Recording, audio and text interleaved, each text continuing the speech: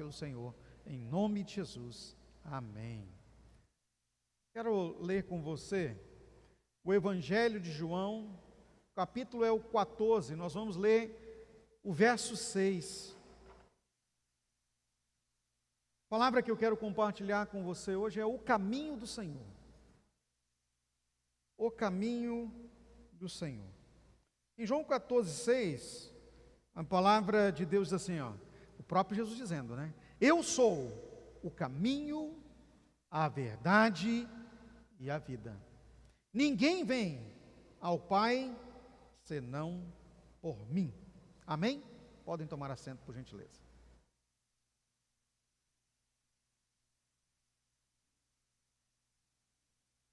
Primeiro, eu louvo a Deus pela bênção em estarmos no dia de hoje, né? Poderíamos aí já estar envolvidos nas dinâmicas das festas de final de ano, e muitos estão assim, né? Alguns com trabalho, outros já em viagens, em investimento para ir aqui ou acolá, comprar presentes, mas nós disponibilizamos a nossa prioridade no reino de Deus. Em sintonia com a palavra, Mateus capítulo 3, não é? Nós estamos aí, né, buscando em primeiro lugar o reino de Deus e a sua justiça. Mateus 6,33. Então eu quero aqui ampliar um pouco mais essa questão do entendimento do caminho do Senhor. Tem um louvor antigo que dizia o seguinte: o caminho do Senhor é perfeito e a palavra do Senhor é poder. Não sei se vocês lembram disso, né? O caminho do Senhor é perfeito, a palavra do Senhor é poder, é arma e escudo de todos que nele confiam. Até uma musiquinha mais agitadinha, não é? Mas é interessante, pois mostra claramente a ideia real de que o caminho do Senhor é realmente perfeito. Por quê? Se o caminho do Senhor é perfeito, ele vem porque ele é de um Deus perfeito. O próprio Jesus, nós acabamos de ler aqui, o que ele fala acerca do caminho? Eu sou. E quando ouvimos a expressão eu sou, está dizendo o próprio nome de Deus, a apresentação que Deus fez acerca de si a Moisés lá no Monte Sinai. Quando Moisés perguntou qual é o nome do Senhor, ele disse: eu sou o que sou. Eu sou o que sou. Então, o eu sou, Jesus estava apregoando: sou Deus, o caminho perfeito sou eu mesmo, o Senhor, não é?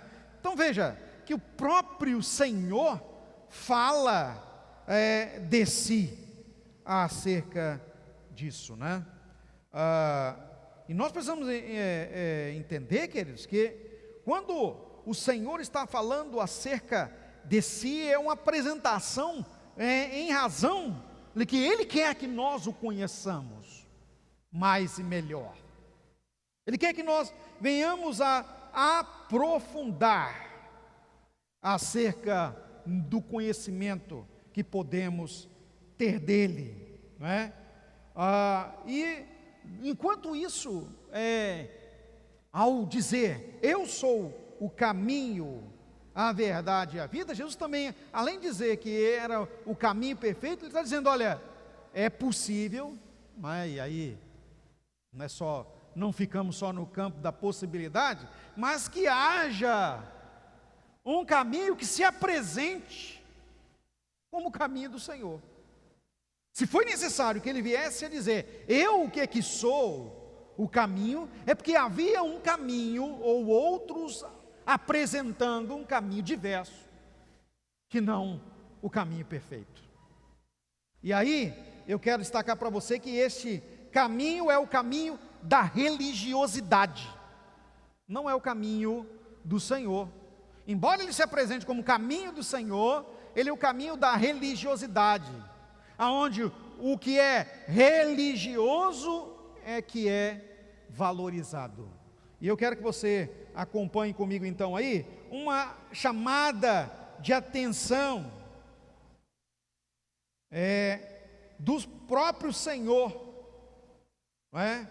Ao dizer, lá em Mateus capítulo 7, versos 21 a 23, ele diz o seguinte: olha, nem todo o que me diz Senhor, Senhor, entrará no reino de Deus, mas aquele que faz a vontade de meu Pai que está nos céus. Muitos me dirão naquele dia: Senhor, Senhor, não profetizamos nós em teu nome? E em teu nome não expulsamos demônios? E em teu nome não fizemos muitos milagres? Então lhes direi claramente: nunca vos conheci, apartai-vos de mim, vós que praticais a iniquidade. Sabe, queridos, nem sempre aqueles que se apresentam como reconhecedores do Senhor, submissos à vontade de Deus, ou trilhadores do caminho do Senhor, estão na verdade no Senhor. Podem até serem apregoadores de muita expressão, Senhor, Senhor, mas não quer dizer que sejam do caminho, que sejam do Senhor. Quando falamos do caminho, nós estamos falando do evangelho perfeito. O evangelho perfeito, ele se traduz, não é, na sua materialização na igreja de Cristo. E aqui eu não estou falando da placa da igreja, ou batista, ou assembleias, ou A, ou B, ou qualquer nomenclatura que se possa apresentar para o caminho do Senhor. Mas estou falando da verdadeira igreja, onde Cristo é o cabeça e os discípulos são os seus membros, né? Então nós temos que estar alinhados com isso.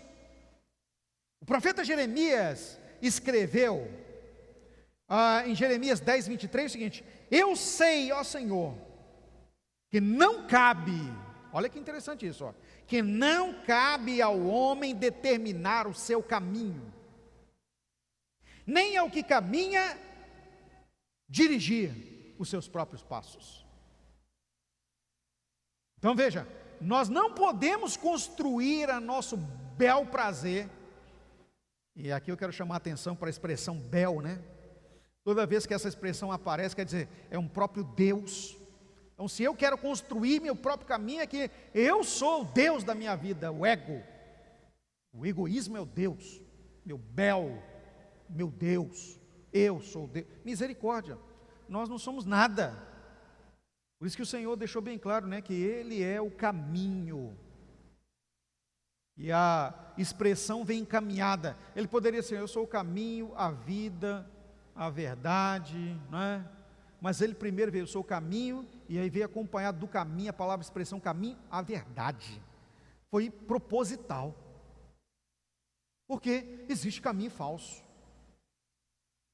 Meu irmão, eu fiquei pensando acerca disso quando estava meditando para compartilhar essa palavra com você, minha irmã, meu irmão, que o caminho largo, e Jesus falou lá que existe o caminho estreito e o caminho largo, né? Os dois caminhos. O caminho estreito conduz à salvação, e são poucos os que vão lá trilhar esse caminho, que é o próprio Jesus se apresentou em João 14,6. O caminho largo abarca, ele é tão grande, ele abarca até o falso caminho. Para ser caminho largo, não precisa ser 100% dado ao mal. É preciso só que se engane um pouquinho, já é caminho largo. É preciso só que se deturpe uma coisinha de nada, já é o caminho largo. Então nós temos que tomar aqui uma atenção com isso, né? E eu volto a repetir que a palavra de Deus declara que nós não somos do caminho largo, mas nós temos que trilhar o caminho perfeito. Olha o que diz Salmos 18, verso 30. O caminho de Deus é perfeito. Lembra daquela musiquinha que eu cantei? O caminho de Deus é perfeito, a palavra do Senhor é poder. Está aqui nesse verso. O caminho de Deus é perfeito, a palavra do Senhor é provada. Ou em outra tradução, vai dizer poder. É escudo para todos os que nele confiam. Aí falando da palavra. Mas a expressão aqui é o caminho perfeito. Irmãos, a perfeição, volto a frisar, não vai de forma nenhuma se coadunar com a falsidade, ou a inverdade, a máscara. Hoje eu ouvi uma expressão de um colega pastor que assim ficou muito legal, eu achei interessante, quando ele estava dizendo que ao estarmos no Senhor, irmãos, não é para amadores.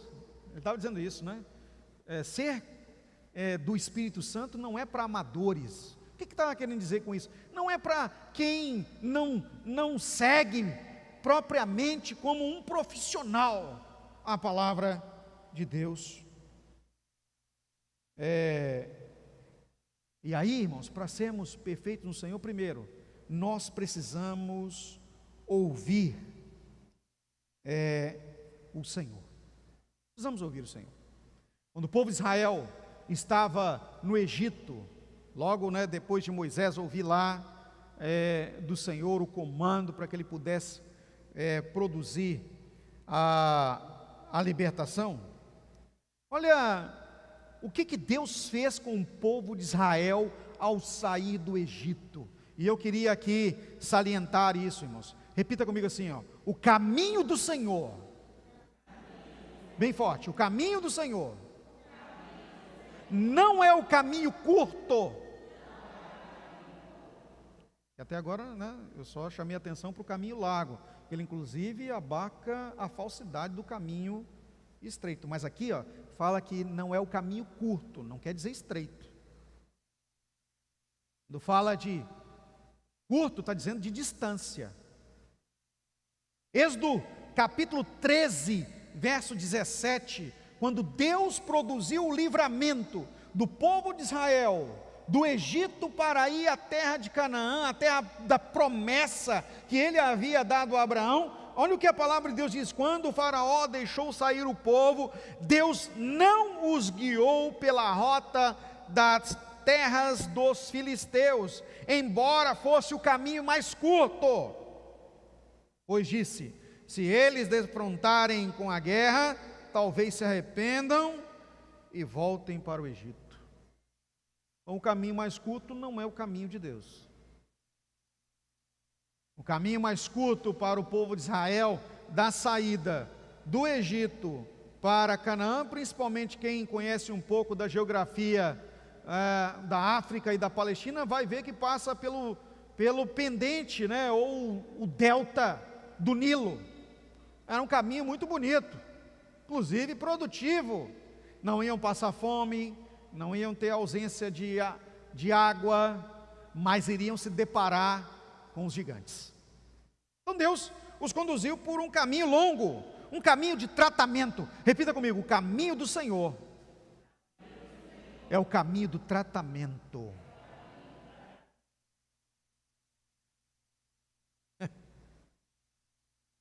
E se a gente for olhar aqui, o caminho do tratamento, irmãos, nós vamos ver como Deus trata tão profundamente, pessoalmente conosco, quando nós estamos no caminho do Senhor.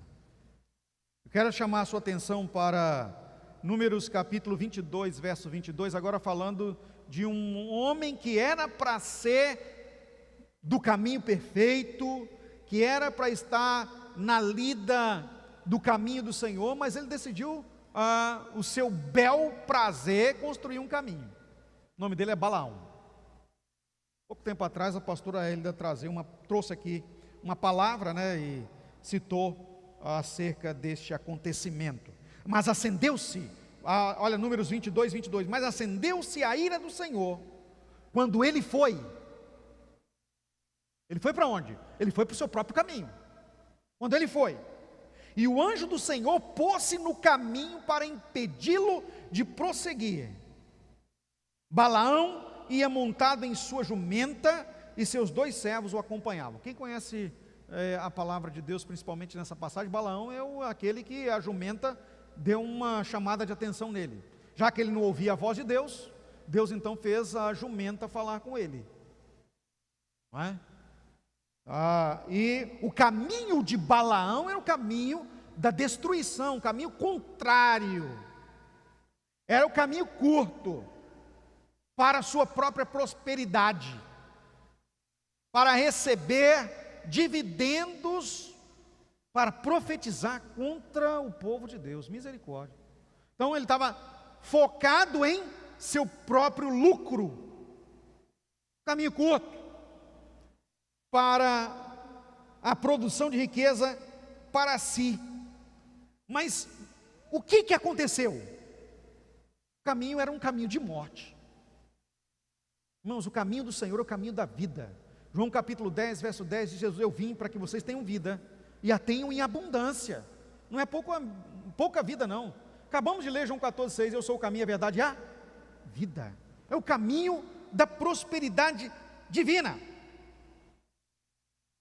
Olha o que a palavra de Deus traz para nós agora, em 2 Samuel capítulo 22, verso 31.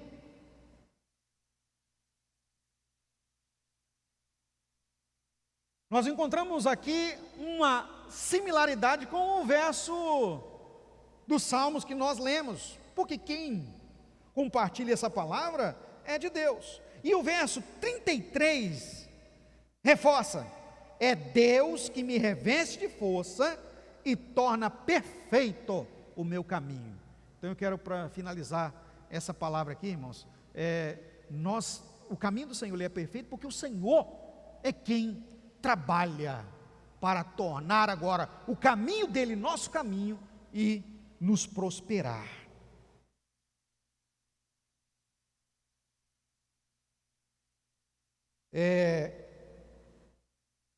Para compartilhar essa questão da prosperidade, que Deus vai tornando o nosso caminho capaz de prosperidade, eu quero que você acompanhe comigo Gênesis capítulo 27, verso 20. Eu sou fã, mas muito fã, deste homem, Isaac. Isaac estava nos últimos dias da vida. Olha, irmãos, como que nós temos que ouvir Deus, porque uma bobeirazinha que nós dermos, as coisas podem todas elas desandar para aquilo que nós pensamos. Isaac já estava velho, e ele tinha determinado em seu coração abençoar o seu filho mais velho, Esaú. E ele então disse para o seu filho mais velho: olha, vai, traz para mim uma caça, daquela que você só sabe fazer, Esaú. Esaú saiu para a caçada. Mas a palavra de Deus fala que Jacó ouviu, a mãe, na verdade, de Jacó, ouviu e levou aos ouvidos dele aquele acontecimento. E Isaac foi ludibriado por causa de um problema de cegueira. Jacó vestiu peles para ficar peludo, colocou cheiro de caça, preparou o guisado juntamente com a Rebeca do jeito que Isaac gostava. E no verso 20, quando se apresenta aqui Jacó diante de Isaac, olha o que Isaac pergunta: como encontrou a caça tão depressa, meu filho? Mas ele ficou cismado. Buscou Esaú, na cabeça dele era Jacó. Cheirou, o cheiro está parecendo o de Jacó, mas tem pelos como de Esaú. A roupa é como de Esaú. Irmãos, cuidado com isso. Às vezes nós estamos no caminho do Senhor. Isaac nunca se desviou do caminho do Senhor. Embora Deus tivesse permitido, esse acontecimento, mas nós não podemos fazer nada sem perguntar a Deus. O grande erro de Isaac aqui foi não perguntar ao Senhor, no final de sua vida, qual era o caminho do Senhor para a sua família. Ele quis construir o seu próprio caminho, a sua vontade, conforme o desejo que estava no coração dele. Mas Deus tinha um caminho diferente. E por isso mesmo, uma cisão familiar acabou acontecendo. Porque se Isaac tivesse buscado ao Senhor, Senhor, como será, como deve ser a bênção no final da minha vida? Como deve ser? Hein? Deus iria falar com ele com certeza, porque ele conversava com o Senhor, ele ouviu Deus várias vezes, falou com Deus sobremaneira, aprendeu com seu pai, mas no último tempo da sua vida, nos últimos dias, ele quis fazer conforme o seu querer. Veja bem, irmãos, os nossos olhos não veem como Deus vê. Repita comigo: os meus olhos não veem como Deus vê. Eu quero fechar essa mensagem, o caminho do Senhor, para você aqui, neste culto, conexão com esta atenção que nós devemos ter. Pode parecer que está tudo certinho, pode parecer que está indo tudo bem, nós estamos seguindo a tradição. Era tradição que a bênção fosse para o mais velho. Era tradição que o pai deveria abençoar em um tempo apropriado. Mas não era isso que Deus queria para Isaac. Deus queria que Isaac abençoasse Jacó. Repita comigo: não é o que eu quero. Bem alto: não é o que eu quero que vale no caminho do Senhor. Cuidado com isso, tá, gente? O seu eu não vale aqui. Se nós não entendemos isso, meus irmãos, nós vamos ficar marcando passos e nunca iremos caminhar no caminho do Senhor. Você vai trilhar qualquer outro, mas não o do Senhor. Deus não vê como nós vemos. E no caso de Isaac, então, era marcante. Ele já estava cego. Alguns dizem que ele sofria de catarata. E como naquela época não existia cirurgias de catarata, os olhos dele estavam fracos.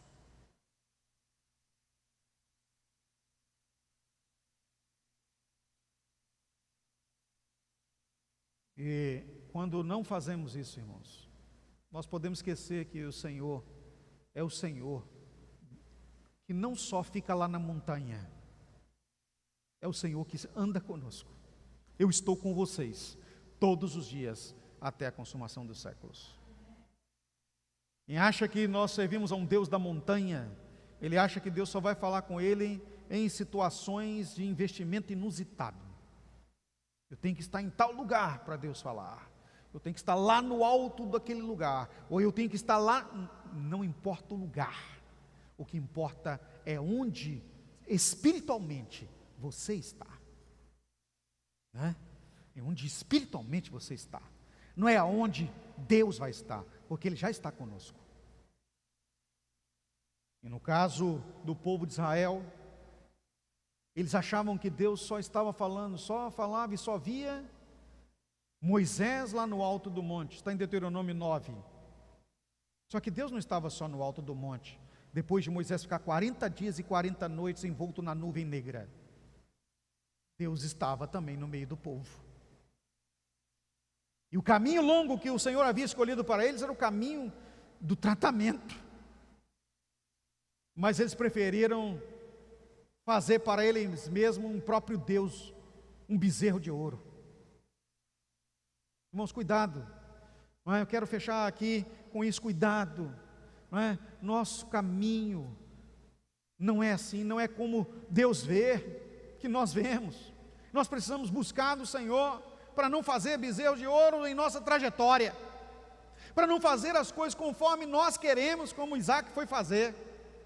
O caminho do Senhor é o caminho da vontade dEle, da direção dEle, da vida dEle na nossa vida. E para isso é preciso renúncia, uma conexão plena entre você e Deus, oração, estar na presença do Senhor, não se melindrar em compartilhar a mensagem e nem deixar bem claro quem você é, não negociar seu tempo com Ele, ouvir Deus falar e falar com Deus durante todo o tempo, quando está dirigindo, quando está para dormir, quando está cozinhando, quando está trabalhando, quando está brincando, quando está para dormir e até dormindo. Não perca a oportunidade de estar ouvindo Deus para tomar a direção melhor no caminho do Senhor. E Deus prospere essa palavra na sua vida, no nome de Jesus. Vamos ficar de pé, por gentileza.